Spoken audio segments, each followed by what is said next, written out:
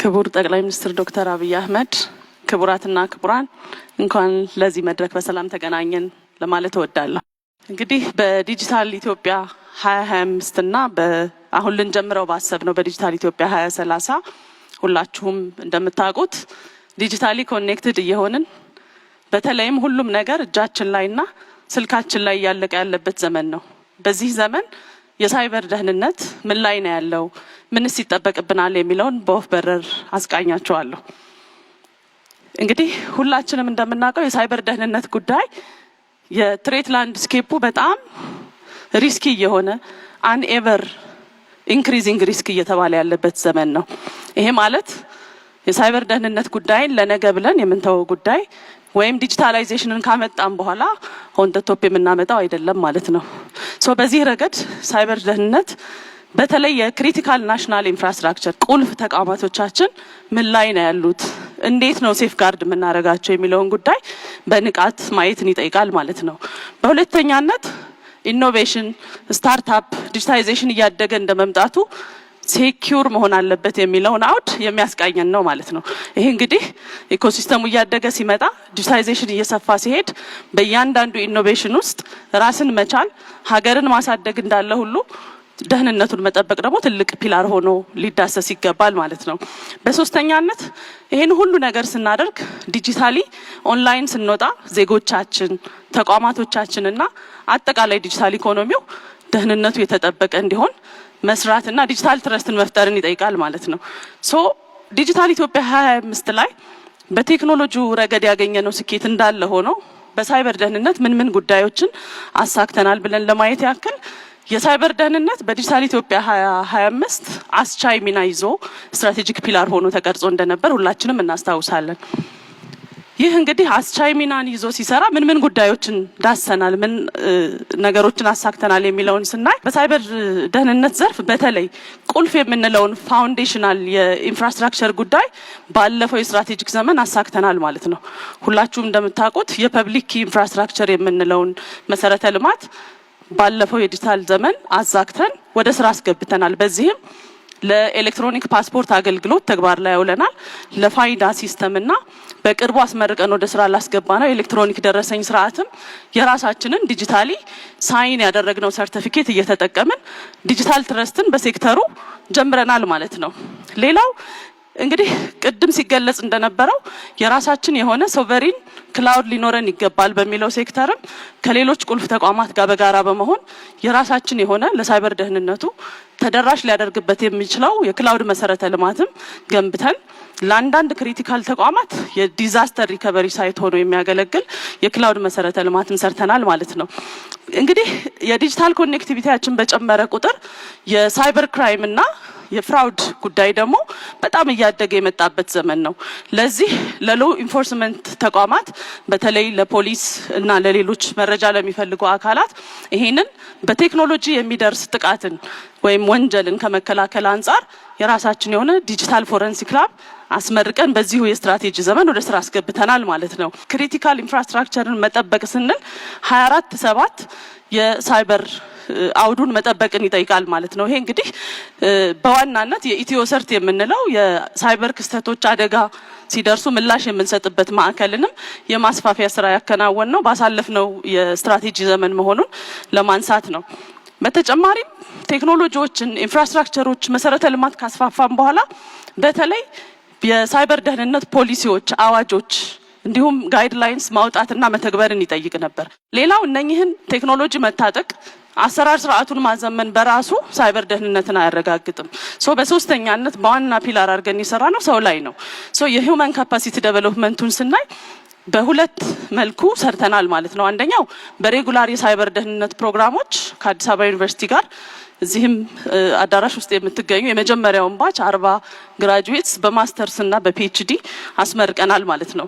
ሁለተኛ በክረምትና በቅዳሜና እሁድ ፕሮግራም ከ1500 በላይ ታዳጊዎችን በሳይበር ደህንነት ጉዳይ ሀገራቸውን የሚጠብቁ ዘብ መሆን የሚችሉ ከመላው ኢትዮጵያ የተውጣጡ ታዳጊ ልጆችን ማልማትም ችለናል ማለት ነው። እንግዲህ ይሄ ሁሉ ተደምሮ ምንን አምጥቷል በዲጂታል 2025 ዘመን ካለን ግሎባል ኢምፓክቱን ማየት ያስፈልጋል ማለት ነው። እንግዲህ ተወዳዳሪ ነን በዓለም አቀፍ አውድ የምንሰራ እንደመሆናችን የሳይበር ሴኩሪቲ ኢንዴክስ አይቲዩ ወይም ኢንተርናሽናል ቴሌኮሙኒኬሽን ዩኒየን በየአመቱ ይለካል። በዚህ ረገድ ከዲጂታል ስትራቴጂ ዘመኑ በፊት ከነበርንበት 34 በአሁኑ ሰዓት ወደ 76.3 አድገናል ማለት ነው። ይሄ ኢነብለር የሚባለው ቲር 3 ደረጃ ላይ ነው ያለነው በዓለም አቀፍ መለኪያ የሚለውን ማየት ያስፈልጋል። ይሄን ካል በዲጂታል ኢትዮጵያ 2025 ኢኒሼቲቭ መደላድል የሚሆኑ ለነገ መስፈንጠር የሚያስችሉን ጉዳዮችን አድሬስ አድርገናል። ነገር ግን በአዲሱ የዲጂታል ኢትዮጵያ 2030 በሳይበር ደህንነት አውድ ምን ይጠበቃል የሚለውን ደግሞ ማየት ያስፈልጋል ማለት ነው። ከዚህ አንፃር እንግዲህ ሁላችሁም እንደምታውቁት በዲጂታል ኢትዮጵያ 2025 ኢነብለር ሆኖ የነበረው የሳይበር አውድ ከዩቲሊቲ ከመሰረተ ልማትና ከፓወር ቀጥሎ ፋውንዴሽን ሆኖ ማገልገል አለበት።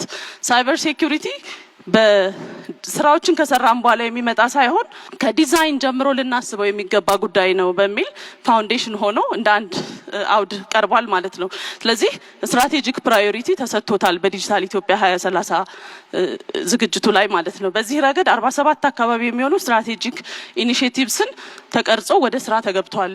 ያው በዛሬው ዕለት ይፋ በሚሆነው ሰነድ ላይ ማለት ነው።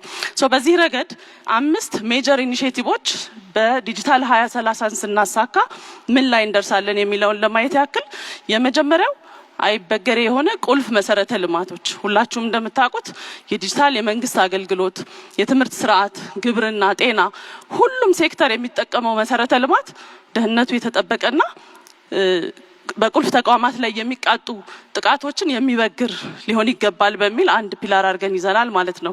ሌላው ኢኒሼቲቭ ቅድም ሳነሳ የነበርኩት የፐብሊክ ኢንፍራስትራክቸርን ለሌሎች ላልደረስንባቸው ዘርፎች ተደራሽ ማድረግ ሲሆን በተጨማሪም በኢመርጂንግ ቴክኖሎጂስ የምንላቸው ኳንተም ሬዚስተንት የሆነ የሳይበር ደህንነትን ማረጋገጥ የሚያስችል የዲጂታል ሲግኔቸር ስርዓት መዘርጋትም እንደ አንድ አውድ ይዘናል ማለት ነው።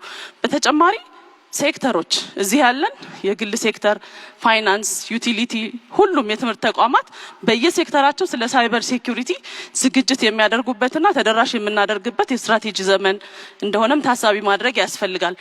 ሌላው ቅድም ስናነሳ እንደነበረው ዲጂታል ኮኔክቲቪቲ ሲመጣ የገንዘብ ልውውጦች፣ የመረጃ ልውውጦች፣ ፐርሰናል ዳታ ኢንፍራስትራክቸር ላይ የወጡ ሲሄዱ በዋናነት የዲዛስተር ሪከቨሪ ሳይት ያስፈልገናል ማለት ነው። ይሄ የአደጋ ምላሽ መስጫ ማዕከሎች ያስፈልጉናል። ሁሉም ሀብታችንን ኦንላይን አድርገን ዲዛስተር ሪከቨሪ የሌለው መሆን ስለሌለበት ሰው በሚቀጥሉት 5 የስትራቴጂክ ዘመን ይህንን ለማሳካትም በዋናነት ይዘናል ማለት ነው። አዲሱና በዚህ የዲጂታል ስትራቴጂ ዘመን በጣም ይበል የሚያስብል ፒላር የተነደፈው በተለይ በቢዝነስ እና በፕራይቬት ሴክተሩ የሳይበር ደህንነት ሴክተር የተነካ አልነበረም። ይሄኛው የዲጂታል ስትራቴጂ ዘመን ለግል ተቋማት ስለ ሳይበር ሴኩሪቲ በጥልቀት እንዲገቡና ሴክተሩ ላይ እንዲሰሩ የሚያስችል እድልም ይዞ መጥቷል ማለት ነው። ይሄ በተለይ በሳይበር ደህንነት ታለንት ማልማት ሂደት ላይ ሪጅናል ሀብ ሆኖ መስራትን እንደ አንድ ኢኒሼቲቭ ወስደን የምንሰራበት ይሆናል።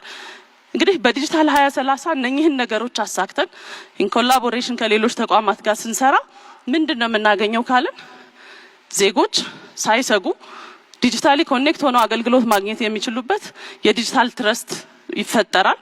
ሁለተኛው እንደ ሀገር ሉዓላዊ ዲጂታል ሉዓላዊነትን የምናረጋግጥበት በተለይ ቅድም መግቢያ ላይ ሲገለጽ እንደነበረው በራሳችን አቅም የሚለሙ መሰረተ ልማት ፕላትፎርሞች፣ ሌሎችም ሞባይሎችን ጨምሮ ማለት ነው ጋጀትስ ስናሳካ ሀገራችን ዲጂታሊ ሉዓላዊ ሆነች እንላለን ማለት ነው። እሱንም ኤክስፔክት እናደርጋለን። በሶስተኛነት የሳይበር ሴኩሪቲ ኢንዴክሳችንን ከ95 በላይ በማድረስ አሁን ካለንበት 76 የሮል ሞዴል ኢኒሼቲቭ ላይ የምንገባ ይሆናል ማለት ነው። እንግዲህ ይሄን ስንሰራ አልጋ ባልጋ ሆኖ እናሳካዋለን ብለን አናስብም። ነገር ግን ፎከስ ኤሪያችን ምን ላይ ሊሆን ይገባል የሚለውን ለማንሳት ያክል የመጀመሪያው በሳይበር ደህንነት ዙሪያ አዌርነስ ንቅናቄዎችን መፍጠር ይፈልጋል። ይሄ በጋራ የምንሰራቸው የጀመርናቸው ስራዎች ናቸው ማለት ነው። ሌላው እዚህ ያለን አመራሮችም ባለሙያዎችም በተለይ ቴክኖሎጂ ላይ ያለን ለሳይበር ሴኩሪቲ የምንሰጠውን እይታ ፕራዮሪታይዝ የማድረግ ጉዳይ ይፈልጋል ማለት ነው። ከዚህ ውጭ የሳይበር ደህንነት ባለሙያዎች በተለይ የግል ሴክተር የትምህርት ተቋማትና አካዳሚያ በርብርብ በመስራት ልናሳድገው የሚገባ ዘርፍ እንደሆነም በትኩረት ተነስቷል ማለት ነው። ሌላው በተለይ ከፍሬምወርኮች የሚወጡ አዋጆች መመሪያዎችን በኮምፕላያንስ ከማሳካት አንጻር ያሉ ክፍተቶችን በጋራ ሆኖ መድፈንና መጠቀምን የሚጠይቅ እንደሆነ ለማንሳት ነው። እንግዲህ እነኚህን ጉዳዮች ቻሌንጆቻችንን ተወጥተን በዲጂታል ኢትዮጵያ 2030 ስለ ሳይበር ደህንነት ስናወራ ምን ጉዳዮችን ነው እዚህ ያለን ሰዎች ይዘን ልንሄድ የሚገባ የሚለውን ካየን የዲጂታል ካውንስሉ የመሪነት ሚናውን ወስዶ አቅጣጫ የመስጠት የማስተባበር ሮል ይኖረዋል። ኢንሳ በሳይበር ደህንነት ጉዳይ ሊድ የማድረግና ኮኦርዲኔት የማድረግ ማንዴት አለው ማለት ነው። ሬጉላቶሪስ በተለይ ይህን ኢምፕሊመንት የምናደርግ እዚህ ያለን ተቋማት ደግሞ ኢንፎርስመንት እና ኮላቦሬት የማድረግ የመተባበር በሳይበር ደህንነት ዙሪያ የራስ አድርጎ መስራትን የሚጠይቅ እንደሆነ አካዳሚያ ቅድም አንስቼዋለሁ። ቁልፍ መሰረተ ልማቶች የአሎኬሽን ኦፍ ሪሶርስ ወይም ሪሶርስ የመመደብ ሳይበር ደህንነትን የቤት ስራ አድርጎ መውሰድና በኮላቦሬሽን የመስራት ለኮምፕላያንስ ሬዲ የመሆን ጉዳይን የሚጠይቅ እንደሆነ ለማንሳት ነው። እንግዲህ ይሄን ብዬ የሪጂናል እና የፌደራል ተቋማት ደግሞ ምንድነው የሚጠበቅባቸው የሚለውን ስና የመጀመሪያው አደረጃጀቶች ያስፈልጋል። ሳይበር ደህንነት ከአንድ ማዕከል የሚሰራ እንዳልሆነ ማሰብን ይጠይቃል ማለት ነው። ሌላው ሪሶርስ አሎኬት ማድረግ የሊደርሺፕ ኮሚትመንት ይፈልጋል።